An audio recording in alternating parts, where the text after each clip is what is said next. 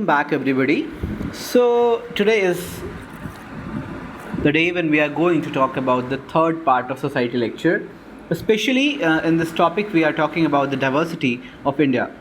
Uh, Whenever we think about the diversity in India, we always tend to think about the negative aspects of it, but in this video I would be covering the wholesome aspect of every nuances which are associated with the diversity of India. And also we would be talking about the manifestation, that how this diversity could be perceived, and then we would be talking about the problems associated with the diversity, namely linguistic nationalism, communalism, religious fundamentalization and fundamentalism, then regionalism, then racial intolerance, followed by ethno-nationalism. Following that, we would be talking about the diversity. Is it actually a threat for our country or not? Like, it has its own pros and cons, but we need a critical analysis, that where it lacks and where it supports the fact that diversity is the real strength of India. And then we would be concluding the topic with the full-fledged discussion on unity in diversity with all the nuances attached to it. So let's directly delve into the topic and start reading. So what is this diversity? The concept क्या है कि collective differences which marks of one group different from other. That is diversity, a simple, sober thing. So on individual level, if you talk about livelihood और उसके बाद culture की हम बात करेंगे, तो दोनों में कुछ ना कुछ डोमिनेटेड होगी या डिस्क्रिमिनेटेड होगी by other people, like on division of labour on basis of caste. ठीक है, फिर क्या होता है कि इसके बाद एक डेप्रिवेशन आती है. डेप्रिवेशन क्यों आती है? डिफरेंस अराइज होती है हमारे बीच में इंडिविजुअल लेवल पे, फिर डेप्रिवेशन का सेंस आएगा, और उसके बाद थर्ड पार्टी का इंटरवेंशन होगा, कोई ना कोई एजेंसी होगी. फिर जैसे मीडिया होगा, करिस्मेटिक लीडर होगा, पॉलिटिकल पार्टी होगा, प्रेशर ग्रुप होगा या सोशल मूवमेंट होगा, जो हमें सब्जेक्टिव रियलाइजेशन देगा किसी ऑब्जेक्टिव रियलिटी की. जैसे कि ये प्रॉब्लम है, आपको छुआछूत दिखाई जा रही है, तो अम्बेडकर जैसे लीडर आएंगे और वो हमें सब्जेक्टिव रियलाइजेशन देंगे. फिर लोग उसे महसूस करेंगे, रिलेटिव डेप्रिवेशन महसूस करेंगे, और फिर रिसेंटमेंट के थ्रू वो बताएंगे to the government of the day that how we need to come out of it. ठीक है, एग्जाम्पल स्लम्स की है, करप्शन का, जैसे जेपी नारायण ने उसमें एक रोल अदा की थी. असम क्राइसिस में असम जन संग्राम परिषद का एक एग्जाम्पल है, वो आप पॉज करके पढ़ लेना. अब लिंग्विस्टिक डाइवर्सिटी की बात कर रहे हैं, कैसे कैसे मैनिफेस्ट हो रहा है ये सब कुछ. तो एक्सटेंट ऑफ डाइवर्सिटी सबसे पहले देखेंगे, फिर इंस्टेंसेस देखेंगे जहाँ लिंग्विस्टिक डाइवर्सिटी ने थ्रेटन किया है नेशनल इंटीग्रिटी को, और फिर लैंग्वेज एज अ सोर्स देखेंगे यूनिटी इन डाइवर्सिटी की. ठीक है, एक्सटेंट देखते हैं हम. India is a land characterised by extensive linguistic diversity. For example, according to Census 2011, there are 121 major languages and around 1599 other languages. So we can say that how diverse our country is with regard to these languages as per se. Indian society is also characterized by कोस कोस पर बदले पानी, चार कोस पे वाणी. ठीक है, ये quotation हम use कर सकते हैं, बहुत ही प्यारी कोटेशन है. Language is most powerful tool of our cultural identity and has remained both the sources of cohesion and conflict. Often discords have emerged due to the feeling of relative deprivation and fear by domination of majority language speaker. जैसे तमिलनाडु में Sinhalese speaker का एक case हम लिख सकते हैं. Diversity per se is not a threat to national integration. However, when using this diverse identity, one group is pitted against the other, then it threatens national integration. जब तक एक कॉन्फ्लिक्ट है तब तक ठीक है, बट अगर वो किसी खास इंसान के ख़िलाफ़ हो जाए या किसी खास ग्रुप के ख़िलाफ़ हो जाए, then that linguistic diversity creates a ruckus in the society. Issues क्या है? ऑफिशियल लैंग्वेज इशू था हमारे पोस्ट इंडिपेंडेंस इंडिया में. तो अल्टीमेटली हम देखेंगे कि हमारा जो डिबेट है वो English, Hindi as a primary language and English as a secondary language which could be a official thing, हमने इसे प्रमोट किया. ठीक है, the adoption of official language was a debatable topic both pre and post independence. Leadership बहुत clear थी कि India की कोई खास नेशनल लैंग्वेज नहीं होगा, क्योंकि ये लैंड है मल्टी प्रोविंशियल लैंग्वेजेस का, एंशंट लैंग्वेजेस का और रिच इनहेरिटेंस का, इन सारी चीज़ों के। और एजुकेशनली कल्चरली हम ग्रो करेंगे अपने खुद के लैंग्वेजेस के साथ। लेकिन दोनों हिंदी और इंग्लिश का जो थे वो स्ट्रॉन्ग कंटेंटर्स थे। इंग्लिश को वो कंसिडर किया गया language of international diplomacy, trade and commerce, rich literary treasure, exposure to western thoughts and values. लेकिन according to Mahatma Gandhi, English will never be accepted as official language due to unequal relations with the Britishers. Hence 1950s में under article 343 Hindi को declare किया गया official language और English associated language रहेगा till 1965। But उसके बाद क्या होता है, 1956-60 के दौरान फिर से एक डिबेट छिड़ती है कि जो नॉन हिंदी स्पीकिंग पीपल हैं वो लोग प्रोटेस्ट करते हैं और कहते हैं कि हमें हिंदी थोपी जा रही है, ठीक है, हमारे कल्चर और लाइवलीहुड के अपॉर्चुनिटीज़ हिंदी के कारण रुक रहे हैं। तो उसके बाद ये एक जीलस एटीट्यूड आ गया हिंदी प्रोपोनेंट्स की तरफ और बाद में कोलोकियल हिंदी थोड़ी चली एंड देन संस्कृताइजेशन हुआ, the language which is name of purification and that backfired. फिर 1963 में ऑफिशियल लैंग्वेज एक्ट आती है to ensure that English language beyond 1965 would go on as a associate language and an official language, ठीक है। 1967 में official language amendment act आती है और इंग्लिश को और ये जो पॉलिसी ऑफ लिंग्विस्टिक कैरेक्टर था इसे हमने अपना लिया। 1967 में जो प्रॉब्लम थी वो डिसअपियर्ड हो गई थी थोड़े दिनों के लिए, बाद में ये सारी चीज़ें और बढ़ती हैं, but ultimately A stable society could be achieved.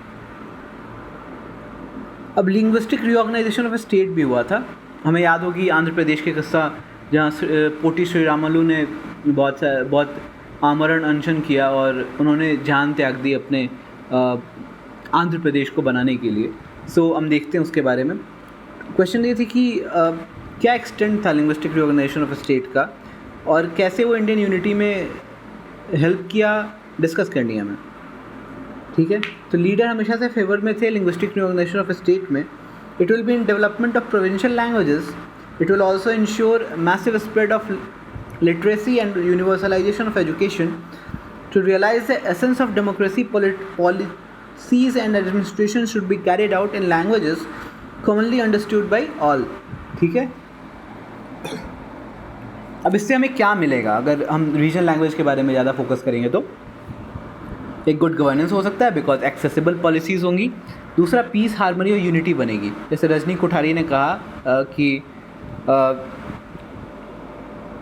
Discord और इस सारी चीज़ों को हटाने के लिए हमें जो लैंग्वेज है उसको प्रमोट करना पड़ेगा और ख़ासकर वो लोकल लैंग्वेज जो वहाँ के लोग बोला करते हैं। लेकिन इंडिपेंडेंस के टाइम पे वहाँ पे एक इशू थी इंटीग्रेशन ऑफ प्रिंसली स्टेट का, कश्मीर का इशू था, वॉर था पाकिस्तान के साथ और उस समय बहुत सारे लोगों की एलिजेंस शिफ्ट हो रही थी towards Pakistan, towards east Pakistan और probably being an autonomous state in the country. So उस टाइम पे क्या है कि हमें रीड्रॉ करनी थी अपनी बाउंड्रीज़ को और सारे स्टेट्स को कंसोलिडेट करना था बिकॉज जो सेसेशनिस्ट टेंडेंसीज़ थी वो बहुत ज़्यादा प्रिवेलिंग थी उस टाइम पे, ठीक है। तो हमने क्या करा उस टाइम पे? तो सबसे पहले एस.के. धार कमीशन आता है, धर कमीशन या धार कमीशन जो बोले, वो स्टेट्स को लिंग्विस्टिक लाइन डिज़ायरेबल था लेकिन उन्होंने बोले कि टाइम अभी सही नहीं है। ठीक है कि आप स्टेट्स को लैंग्वेजेस के बेसिस पे बांटेंगे बट टाइम सही नहीं है अभी। फिर जेवीपी कमेटी आती है, वो सेटअप होती क्योंकि इसने जो धर कमीशन था उसने बातों को खारिज कर दिया। तो जेवीपी कमीशन आता है because of the popular resentment. तो फिर से वो आने के बाद ये एग्जामिन करते हैं फैक्ट को और ये लोग भी बोलते हैं कि नहीं अभी तो ठीक नहीं है लैंग्वेजेस को ला देना, ठीक है। फिर फजल अली कमीशन आता है बिकॉज बहुत ज़्यादा रिसेंटमेंट बढ़ गई थी। फजल अली ने बोला कि यार हम बांट तो सकते हैं on the basis of languages, पर जो एडमिनिस्ट्रेटिव कन्वीनियंस है उसको बढ़ावा देंगे एंड लैंग्वेजेस के बेसिस पे स्टेट्स बढ़ सकते हैं but not one language one state. Multi languages भी हों किसी स्टेट में, उस तरीके से बांटिए और एडमिनिस्ट्रेटिव कन्वीनियंस को थोड़ा प्रेफरेंस दीजिए। चैलेंजेस क्या था? Despite it's functional nature, local languages did not resolve all the problems related to linguistic diversity, as even after the creation of linguistic states there were various minority languages spoken in that state. As a result, it was like opening Pandora box. ठीक है. Linguistic reorganisation of states ने क्या किया कि ground लगा दी और बना दी regionalism के लिए, लिंग्विस्टिक शॉविनिज्म के लिए, and foundation of son of soil doctrine. अभी सन ऑफ सॉइल डॉक्ट्रिन क्या है? जैसे different states generally tend to pass a resolution that उनके यहाँ के जो एम्प्लॉयज़ हैं उन्हें बेहतर नौकरी की अपॉर्चुनिटीज़ दिए जाएंगे. तो ये favouring the person who has domicile in that state for the social and economical opportunities could be called as son of soil doctrine. Also, the basis of creation of a small states spilled over into the other areas. For example, separate state demand based on underdevelopment or administrative convenience. ठीक है. अब religious diversity के बारे में हम देखते हैं. इसमें भी कुछ चीज़ें हम कैसे देखेंगे, हमारा कैसे ये बढ़ेगा लेक्चर. सबसे पहले तो एक्सटेंट देखेंगे, फिर जो प्रॉब्लम्स एसोसिएटेड हैं रिलीजियस डाइवर्सिटी के साथ वो देखते हैं, एंड देन वे फॉरवर्ड.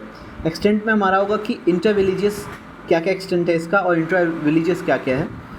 और जो प्रॉब्लम्स हैं रिलीजियस डाइवर्सिटी की वजह से, पहले तो कम्युनलिज्म है, दूसरी रिलीजियस फंडामेंटलिज्म है. ठीक है. इनके भी concept, manifestation, types and evolution देखते हैं हम. Let's go. रिलीजन एक कन्वेंशनल वेल ऑर्गेनाइज्ड संस्था है और cult least conventional least organise संस्था है, लेकिन दोनों का रिलीजियस टिंट होता है. But in all its aspect एक बीच में भी ऑर्गेनाइजेशन होता है जिसे सेक्ट बुलाते हैं. पंथ, जैसे हम कहते हैं ना कि कबीर पंथी, मीरा पंथी, जो उस विचारधारा को मान रहे हैं. ठीक है. तो सेक्ट क्या है? Offshoot of existing dominant religion due to differences in the interpretation of core ideology.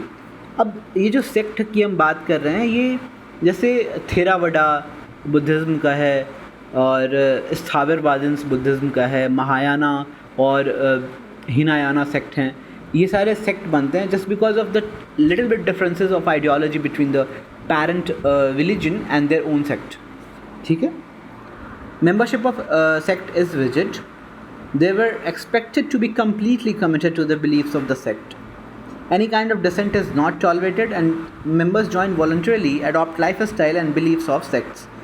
Cult क्या है? Loose knit organization है, which is the result of cultural importation or cultural innovation. Membership उतना rigid नहीं है. Dissent is tolerated, accumulated, organise around a charismatic personality. अब cult कैसे मतलब विकसित हो? जैसे अभी जनरली लोग कहते हैं ना कि धर्म में किसी खास गुरु का मानना. अब शंकराचार्य हैं और रामानुजाचार्य हैं, तो जो शंकराचार्य की बातों को मान रहे हैं उन्हें शंकराचार्य कल्ट के लोग कहेंगे, और रामानुजाचार्य हैं जो रामानुजन की बातों को मानते हैं, उनकी हम कल्ट अलग कहेंगे. ठीक है. The reason for growth of sects and cults, ये क्या है? According to all which religious guarantees salvation in afterlife, cult provides relief in life. ठीक है. रिलीजन क्या कहता है? कहता है कि ये salvation आपको आफ्टर लाइफ में मिलेगी, और कल्ट जो है वो कहता है कि आपको इसी जीवन में आराम मिल जाएगा. एड्रेस करता है रिलीजन जो है वो स्पिरिचुअल थिंग को, और ये कल्ट जो है ये सॉल्यूशन देता है मैन मेड प्रॉब्लम्स का. रिलीजन क्या है? Direct enumeration with God and interaction through a medium. Cult है जैसे स्वामी विवेकानंद की बातें सुनकर देवताओं से लोग अपने आप को जुड़ा महसूस करते थे, जैसे उनके पास कोई आकस्मिक और बहुत ही जादुई शक्ति हो. रिलीजियस क्या करता है? रिलीजन क्या एड्रेस करता है? Spiritual needs, and cult provide solution to mundane everyday problems. Religious point out challenges in direct communication with God, but cult provide a medium where the devotee can directly interact with the charismatic personality. According to Weber, the sects largely emerge among the group which are marginalized in the society, both lower class as well as lower caste, as sects offer support and comfort with respect to their social deprivation. Hence, we say that the sects may emerge to reject the existing social order.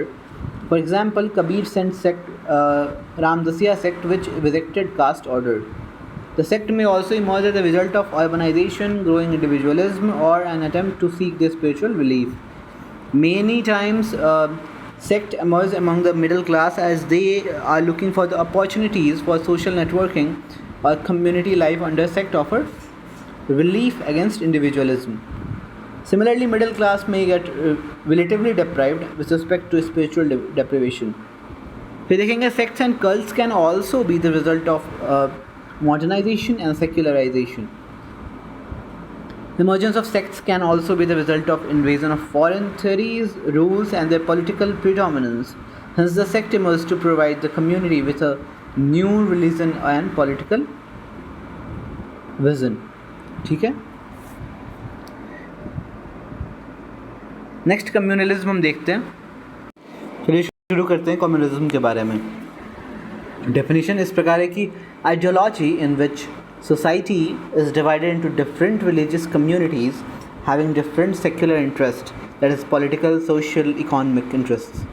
A man of religion is not a communal, but a man who practices politics by linking with religion is communal, that is political trade in religion. अगर हिंदी में कहें तो मज़हब की सियासी दुकानदारी. Manifestation क्या है? जब माइल्ड हो, मॉडरेट हो, एक्सट्रीम हो, क्या है देखते हैं. माइल्ड होगी तो people belonging to same religion have same interest. ठीक है. मॉडरेट जब हो जाएगी तो डिफरेंट रिलीजन का भी डिफरेंट इंटरेस्ट हो सकता है.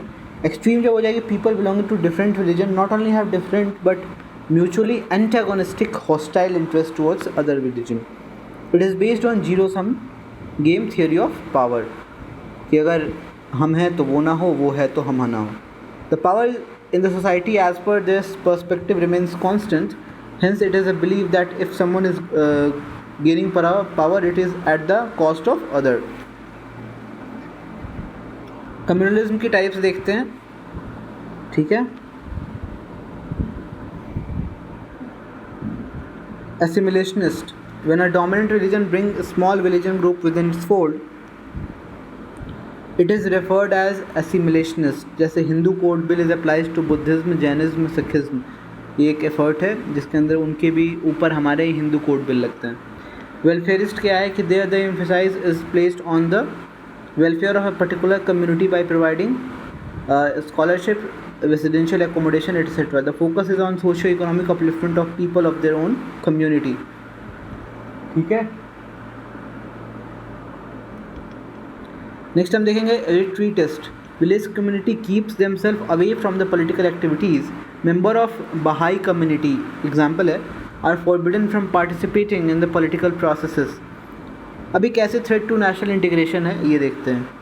अगर रिटेलिएटरी हैं कम्युनलिज्म तो mutually hostile interest and member are always looking to harm each other.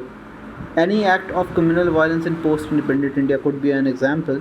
Then separationist demand for autonomy is based on the religious line. However the demand is within the Indian union. Demand for Punjab state. Secessionist tendency when there is a demand for separate nation on religious line which threatens the territorial integrity of India. Khalistan, Greater Nagaland, जैसे नागालैंड का नाम नागालैंड बदलने की बात की जा रही. अब पॉजिटिव इंटरप्रिटेशन ऑफ कम्युनलिज्म ये क्या करता है?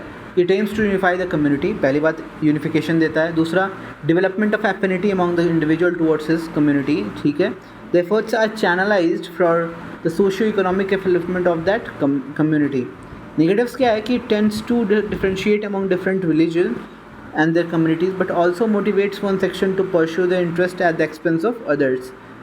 It is extreme form. It results in intolerance of hatred, which creates the divide in the society. ठीक है. जो factors हैं वो क्या responsible हैं for emergence of communism वो देख लेते हैं. The communal bickering did start before the emergence of the British period. For example, destruction of temples, forced conversion, imposition of taxes on religious practices, etc. However, the genesis of communalism which not be treated at traced to the British period. पहला, communalism is a byproduct of colonialism and ceremonic stagnation, because it is the period. It is before that period there exist. Agriculture stagnation plus lack of emergence of modern industries plus lack of adequate employment opportunities plus emergence of middle class due to educational opportunities, और उसके नीचे aspiration of middle class were not getting satisfied because lack of employment and opportunities there. Hence, due to discrepancy in demand and supply of jobs, led to emergence of nepotism groupism based on religion. Therefore, those short-term benefit provided validation to communal politics. ठीक है. There exists an irony in India that socio-economic religion was such that religious distinction coincided with class or distinction. Community लैंडलॉर्डों की होती है अलग, community peasants की होती है अलग. Due to which rather from perceiving the issue in economic realm, it was seen through the prism of religion.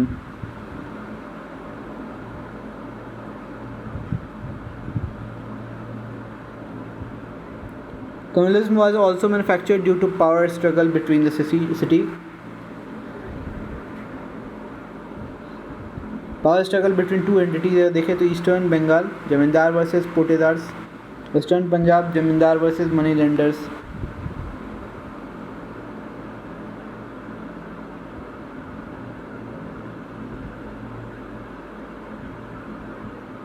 Then we have divide and rule policy of British. ये भी हेल्प करता है. To counter growing nationalism, communalism becomes the main prop of colonialism. ठीक है, जैसे separate electorate की बात की गई, tolerance toward communal press or the late responses to crush the incidences of communal violence, etc. Overthrowing of colonial state was only the necessary condition to tackle communalism. ठीक है, अच्छी बात है. Failure of leadership to unify different section of society. The leadership restricted itself to policy of negotiation with leaders of different religion organization rather than making a direct appeal to houses or masses. There was an implicit acceptance that they only share political and economic interests, but socially and culturally they are different. Similarly, religious touch was often given to nationalist agenda or often emphasization of a particular historical period and undermining by other people to resentment among educated people of religious minority and their alienation from the freedom struggle. ठीक है, अब देखते हैं हम कि post independence में क्या क्या फैक्टर्स थे. ठीक है, अभी एक लूप है, उसे देखते हैं कैसे है. लैक ऑफ कल्चरल इंटीग्रेशन पहली, फिर स्टीरियोटाइपिंग होती है, फिर इमोशन ऑफ हेट और एंगर जनरेट होता है, tendency of violence against target group. ठीक है, target group resorting to survival technique of invisibility. ठीक है, फिर घिटवाइजेशन होता है, फिर लैक ऑफ कल्चरल इंटीग्रेशन हो जाएगा. कॉजेस क्या थे पोस्ट इंडिपेंडेंट फैक्टर्स जो कम्युनलिज्म को बढ़ावा दिए? वो ऐसे थे कि डिवाइसिव पॉलिटिक्स. सबसे पहली बात तो पॉलिटिशियन ने रिलीजियस और कल्चरल डिफरेंसेस को एक्सप्लॉइट किया अपने पर्सनल गेन्स के लिए. Selection of candidates on the basis of religious composition of that area. जहाँ का कैंडिडेट है उसी के एरिया में या तो उसके पोस्ट करें या तो उस एरिया में उसे पोस्ट करें जहाँ पे वो लैंग्वेज को समझता हो. पॉलिटिक्स ऑफ अपीजमेंट, एक दूसरे को फ्रीबीज बांटना. Overturning Shah Bano case judgement which created approach among different religious community.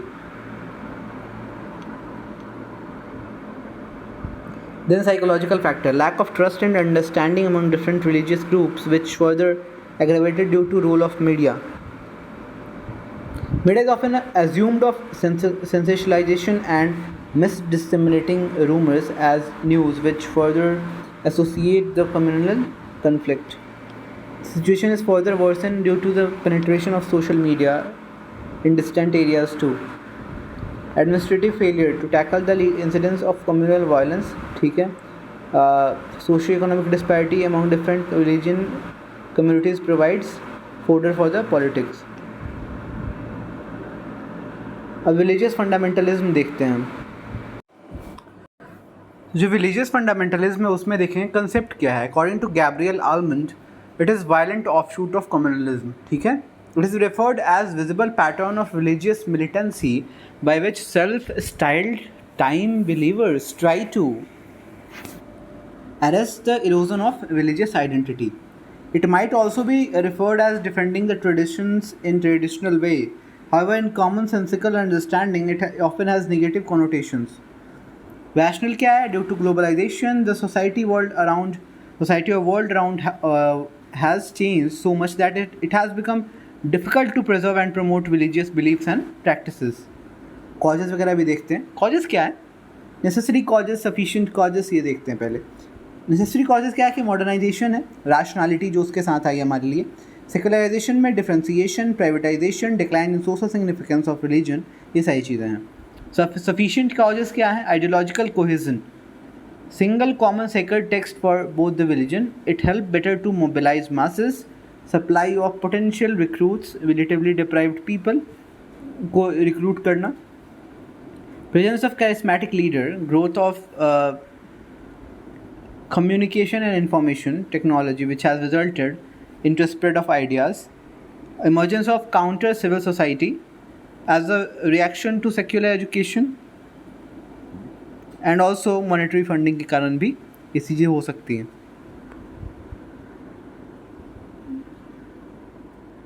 अब कम्युनल वायलेंस के बारे में देखते हैं. ये एक मैनिफेस्टेशन ऑफ एक्सट्रीम कम्युनलिज्म है एंड रिलीजियस फंडामेंटलिज्म है. Following measures can be taken to address the violence. Short term क्या है? We can use the innovation and discussion framework that is persuade the respective religious leader to establish peace and ensure that people do not indulge in violence. Preventing the association or assembly of a group of people, ठीक है. Extremist communal outfits should be immediately targeted and their capacity to disrupt the law and order must be crippled. Suspension of surveillance of various platforms to prevent the spread of fake news, ये भी हो सकता है use. Taking the help of NGOs and civil society to prevent the mistrust between different religious communities. अब देखेंगे कि long term measures क्या ले सकते हैं हम. Eradicating the problem of poverty, illiteracy and unemployment, value-based education without any ideological coloration, responsible and certain and restrained journalism, reform in criminal justice system, for example, speedy trials through the fast-track courts, adequate compensation, etc., sensitization of police personnel and training to ensure the adaptations at handling communal violence. As per Ranganath Mishra Committee report, the role of police personnel remain questionable.